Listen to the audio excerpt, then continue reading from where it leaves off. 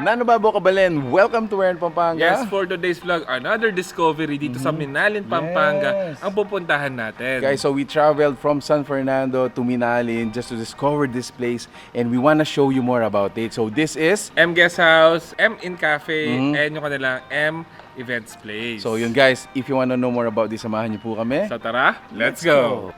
Alright, so start natin ng tour dito sa may guest house nila.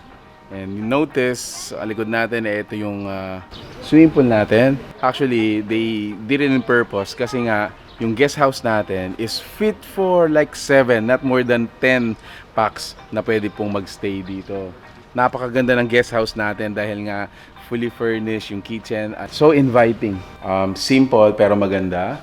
So, as is, this is your living room and your dining area. Ito yung pinaka-sink natin. It has an access papunta doon sa likuran, which is the backyard garden. We also have a CR dito sa baba. A couch over there, very inviting couch. Ayun siya. Ano masasabi mo, Mark? Actually, this is a simple, modern design guest room. At the same time, sa taas naman, ay meron silang open room. Open room. Yes, so napakalaki ng open room nila. Actually, dito is maganda mag-chill. Yes. Away from the city vibe. Away from the city vibe. Na talagang re-relax ka dito. Okay, so let's get upstairs. Dahil nakita na ni Mark kanina, tayo naman. So we have isang bed, which is a queen size bed. We also have additional mattresses over there. Extend yung sleeping capacity nito. We have a CR over here. So that's it. It is, again, plain and simple, pero napaka-ganda at saka modern ng design nito.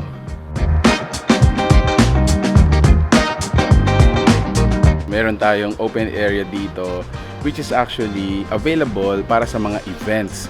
So notice, meron tayong parang function hall dito. It has 3 sections, function hall na to, no?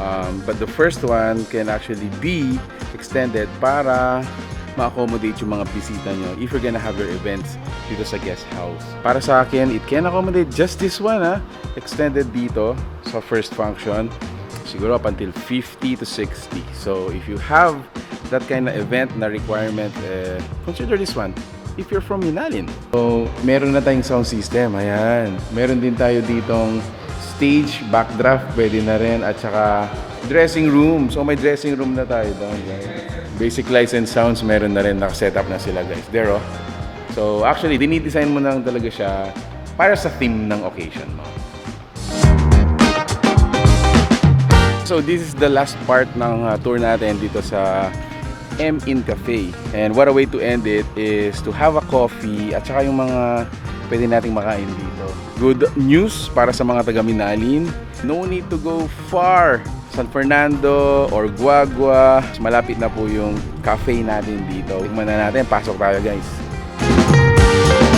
At may food, guys. May food. So, ako, natutuwa ako. Nasisihan ako dahil hindi pupuntahan na yung mga taga Minalin.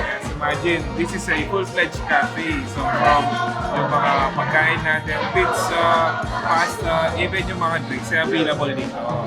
So, ayun guys, tikman na natin to. Huwag na natin patagalin. Hintay pagkain. Let's go!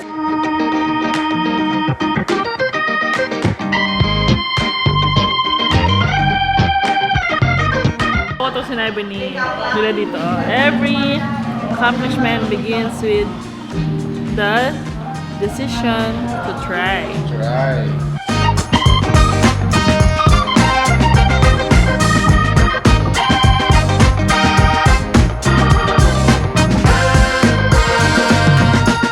Ma'am, last video. Thank you. Thank you. Congratulations, bro. Salamat.